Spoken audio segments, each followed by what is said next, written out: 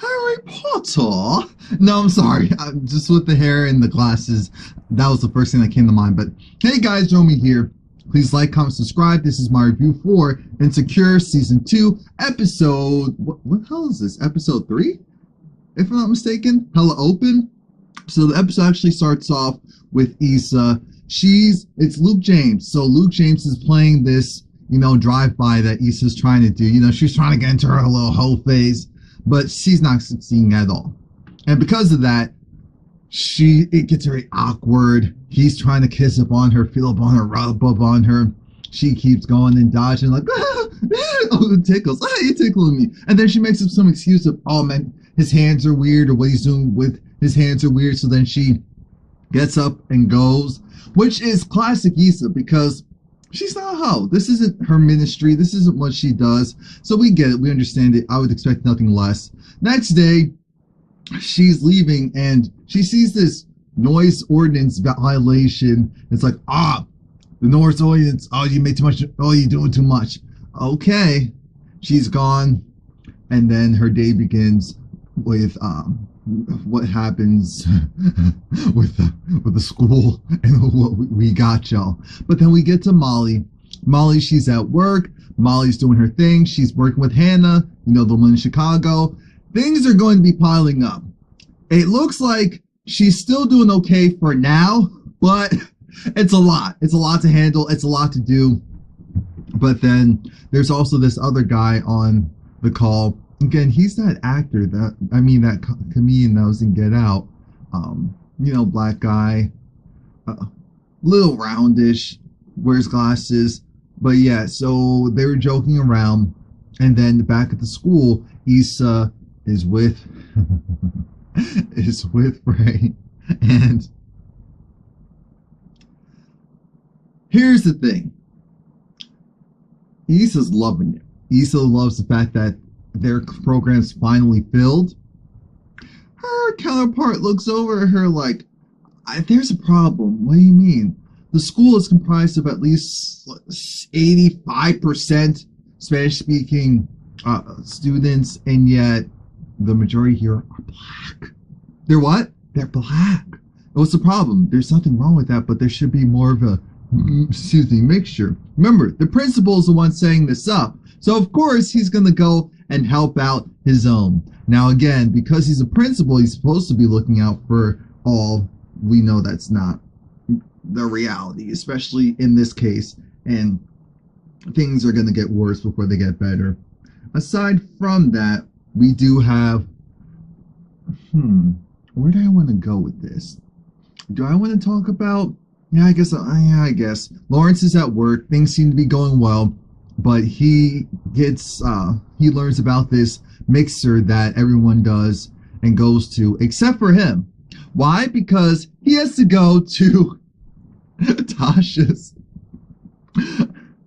family cookout. And he was like, oh, I have to get chairs. I looked at him like, really? Really? You sure? Chairs? That's what's going on? Molly's not really handling the whole concept of her being single all too well. Her mom, it's funny because even her mom and her parents are getting, I don't know if they were divorced and now they're getting back together, or if they're just consummating their marriage. But Molly was taking the call with her mom, like, don't worry about the wedding vows. Bill's already been married to, like, what's the problem? So she's getting this huge box, and the guy was like, why don't you get him to help you? You do to help you. She's like, oh, because the guy was white. He assumed, like, okay, good-looking dude, good-looking woman, both black. Oh, and he's down there? He's probably with her. She said, no, he's not, and I got it. She struggled with this long, relatively heavy box for dear life, and she was looking back at the dude like, because remember, she's trying to be strong. She's trying to be independently strong. But they're slowly chipping away. So then in this episode, we see that changes. When she's talking to Issa, though, this is where we find out that Molly wants to go and find another therapist. She's like, oh, this woman, she's just trying to lay her burdens on me, lay her problems on me. I feel like I'm just hearing someone talk about themselves. and I'm paying for it, and it doesn't make any sense. Issa said, well, if it's not her, there's other black therapists in LA. You still need to kind of go to someone. Excuse me? You still got issues, girl. You still got issues. You still got problems. You still need to figure it out. Me? What about you, miss? Oh, I'm not with Lawrence, but still kind of with, well, in my head, still kind of with Lawrence because I'm not trying to move on yet. I know I'm trying, doing stuff and whatever, and with work and whatever, but I need your help. What do you mean? I guess we can, why don't we just go out for something to eat? Why don't we go out to a club? A club? Yeah, why don't we go and actually mix and mingle? Get out there, since that's what you wanted. Well, only if you're going to do it too, because from what it really sounds like, you want to be booed up with someone, somewhere, somehow. All right, yeah, whatever. I guess we can do that. Can you teach me how to hoe? Excuse me? Girl, you know how... I need your help. Can you teach me how to hoe or not? Oh, yeah, I guess so. So then we get to the club atmosphere. Issa Orlan looks like she's wearing a short trench coat. I'm looking at her like, what the... Molly said, you look so thirsty right now. You look so Sahara Desert right now. And I can't take it. Just dial it back a little bit. But wait. Oh, okay. So when are we going to do this? Now? What, now? No, I was going to order something first. This is so quirky. And Molly said, all right, we're going to go. Oh, those two over there. Let's go over there. So while Issa is taking her sexy, slow walk for dear life, Molly looked at her like, so are we going to walk to actually get to what we want or not? Two girls came up and I guess you can say stole their dudes. Next thing we know, we see Issa trying to talk to some guys and it's just failing because she's doing everything to, she has that nervous energy. She's doing all the talking. She's borderline pushing up on them and they don't want any parts with her. And then there's this other guy who she thought, okay, maybe, but no, he said he's only doing this because his friend is interested in your friend. So now Molly's talking to Lionel, and Lionel, he catches Molly's eye because he notices she's not paying attention to him. She said, oh yeah, I'm just here to try to help out my friend. And he was like, oh, okay, well, I guess that means you can't help out your friend and also be a part of this conversation and dialogue at the same time. He said, what? Well, okay. And then they had a few chuckles. She was willing to give up the deeds, and she gave him the business card because she was ready. But this is Molly we're talking about, so Molly's ready. You know who isn't ready? Lawrence. Lawrence isn't ready for what he thought he signed up for, even though we know that he knows he's also kind of stringing things along with Tasha. Tasha, he thought maybe he can go and do a dine and dash. That's what I'm going to call it, a dine and dash. That means in and out. That means have sexual relations, then cuddle, leave the next day. No, Tasha, it's Thursday, so she's all about Shonda, TGIT. And I appreciate that this show brings in real life elements and isn't the type of show where, some shows purposely change the names because they don't want to promote other shows and all that stuff. I guess also being on the network that I saw, and they can have more liberty to do so. So that's great. But like I said, Lawrence is trying to touch and fill up on her. She's not having it. She's not having it. She just wants to watch her programs and also talk about her personal life. Issa was going through a little dry spell. So she figured, let me go and see if I can find myself this vibrator. So she finds her vibrator. She starts using it. The power dies. She then goes and tries to find the battery. So oh Lord.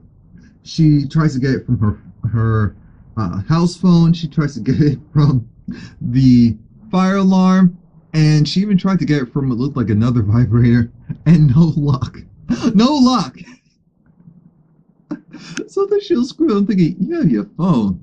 You need to be calling someone fast. You're on that app with the quickness, as Tommy would say. Why don't you go on the app again? But she just wants to pleasure herself, and what was that church she said? Make America, make America something again. It wasn't great. It did start with a G.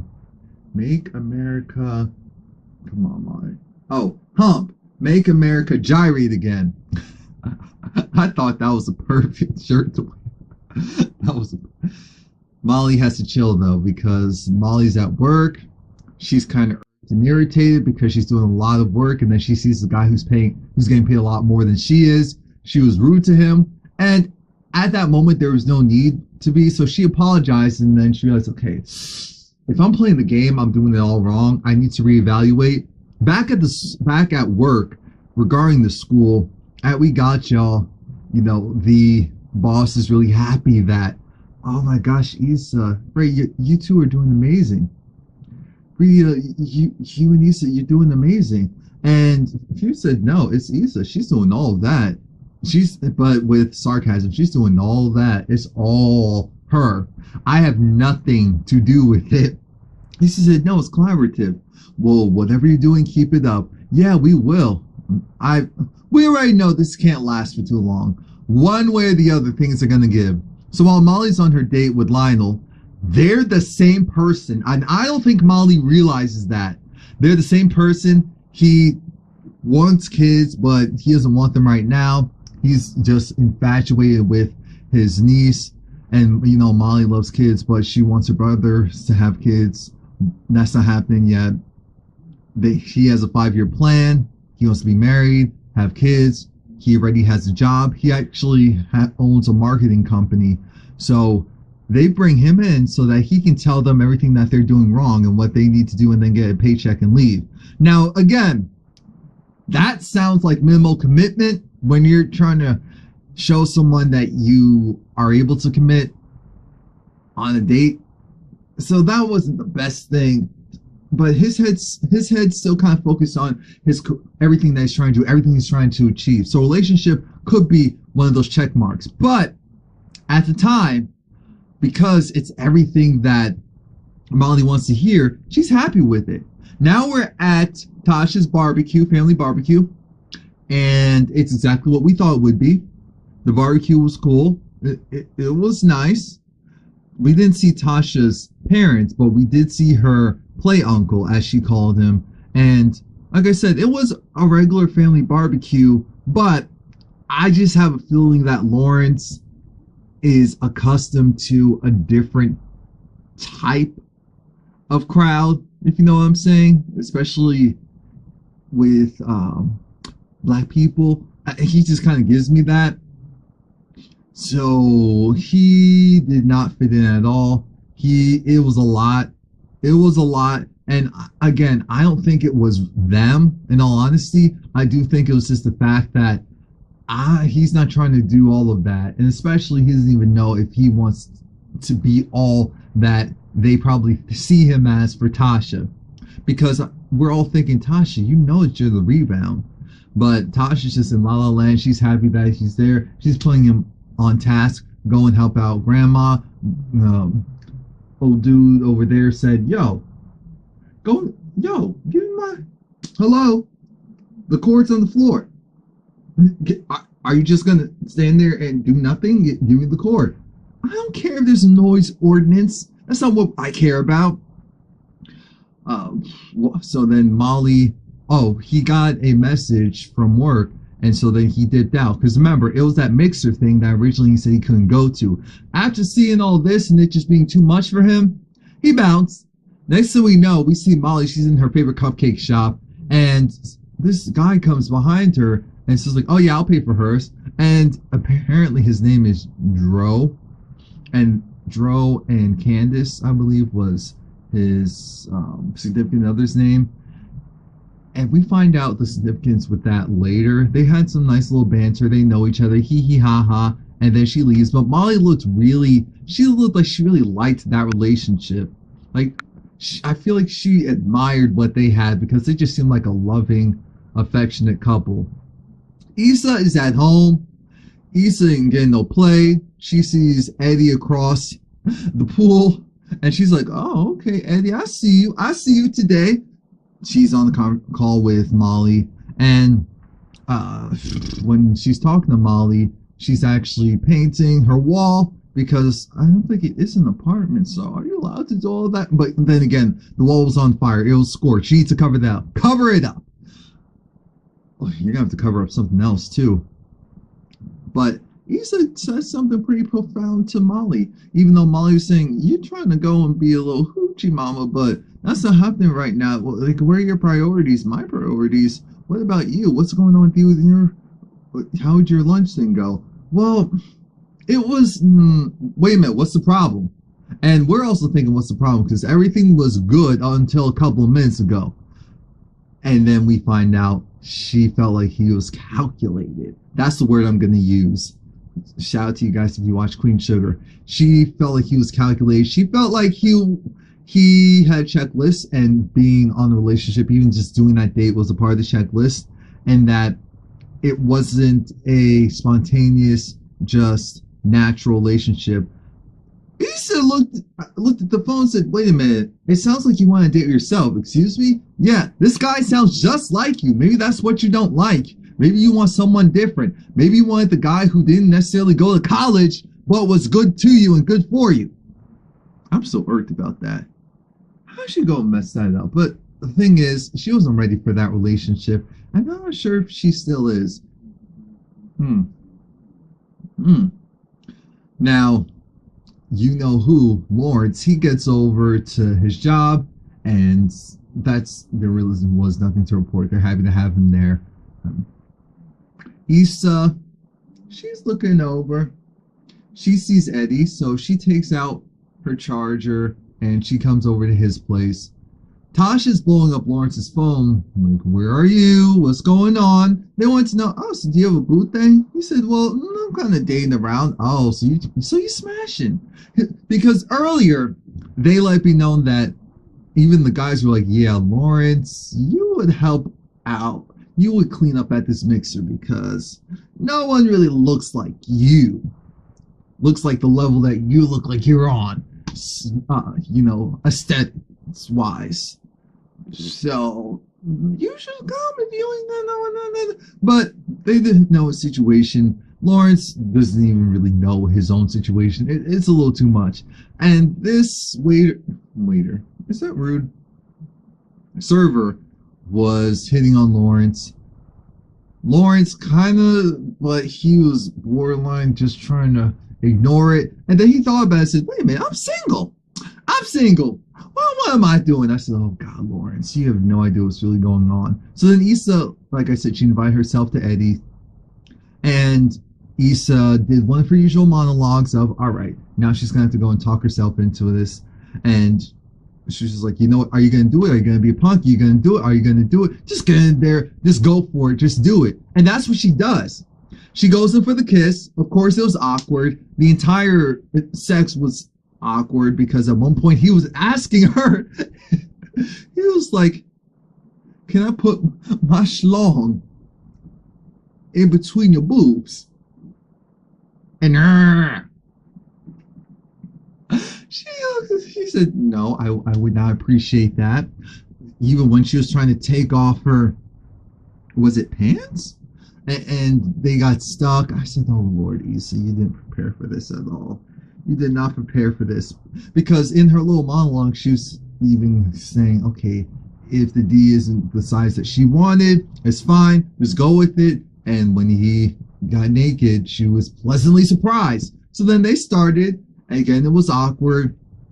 Every touch, every move was just awkward, especially since that was her first time doing something like this. Because before that, they were watching Gossip Girl, or he was watching Gossip Girl. I'm thinking, what type of mess is this? This isn't getting anyone in any type of mood. But Issa was ready, and he's a single guy, so always ready on some level. They did it. She seemed happy afterwards.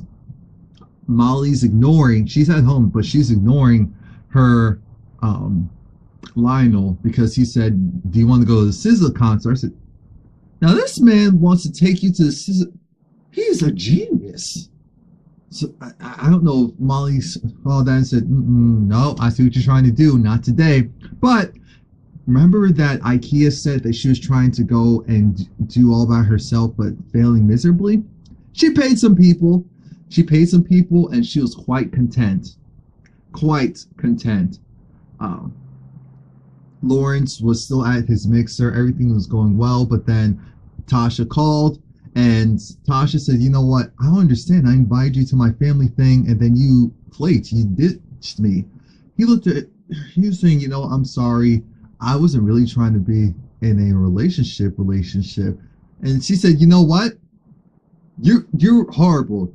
You're an F boy. You're an F boy because you're the type of dude that you're worse actually because you're the type that pretends that really thinks that you're just being casual, but you're not putting up the signs that you're not being casual, but you're being nice about it, so you're trying to spare her feelings." And we already knew. I don't feel bad for her because I knew it, she knew it, but she, like she said, she thought that there was a slight chance, and so she was open to taking it. And I said, but that desperation type of tip is not cute. It's not. Issa tries to dip, and he wakes up and says, "Oh, you don't have to leave." She said, "No, I'm cool. I'm cool."